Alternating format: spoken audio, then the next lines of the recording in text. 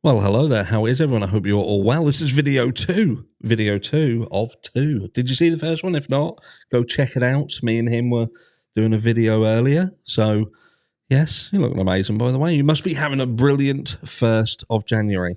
What are you trying to do? You're trying to escape? That's not very nice, is it? I thought you wanted to be here. He clearly wants to go down and cause some kind. He'll bark at me in a minute. Anyway, I want to do this video. It's just a quickie with Harsh, just to talk about something very important, and that is the tunnels. The tunnels, because people keep reaching out to me. They keep saying, Harsh, what do you think? What do you think to the tunnels? What do you think? Drip drop. He is talking about the tunnels. He is sure that there is tunnels under 1122 King Road. And now this house is gone. I almost expected people to start poking their heads up through these tunnels like fucking whack-a-mole. But look, this is my stance on the tunnels, and I thought I'd bring it out in video form because that should cease the emails, apart from the ones that will now email and perhaps call me a tosser.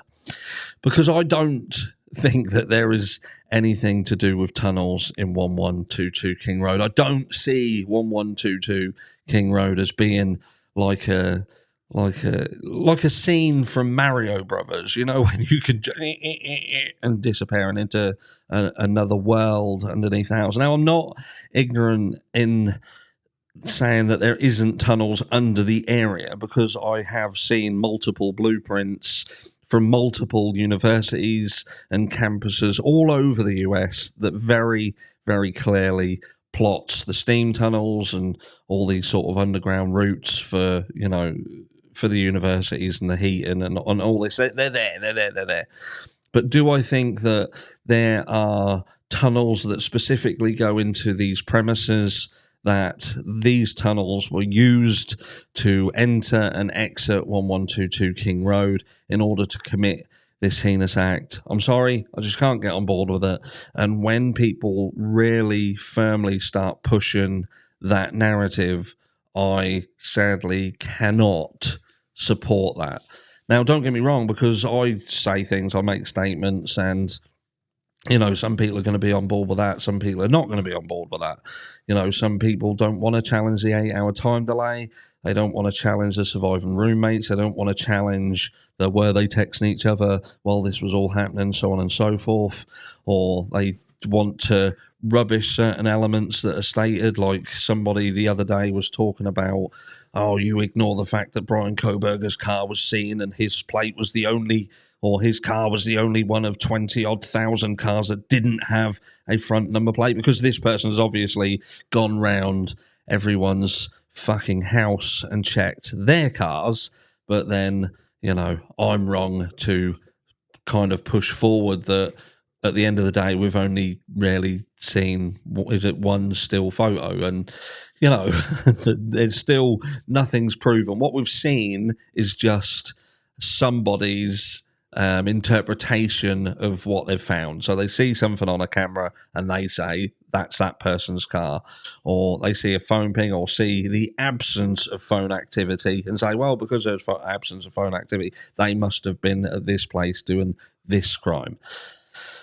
But anyway, I digress. Point being, tunnels. I'm not on board with the tunnels. There are certain creators that are pushing real hard the tunnel element, and the fact that they believe that certain people were coming up through these tunnels, like I say, like Mario and Luigi, ready to pop up and commit this heinous act. I'm just not on board with it.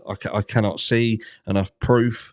I can't see anything. I saw another creator who was showing pictures of what they were trying to say was a door behind a wardrobe when it clearly wasn't. And, you know, I just can't get on board with it. I do apologise. You're still welcome here, because I understand why some people would perhaps believe that. But for me, I just don't.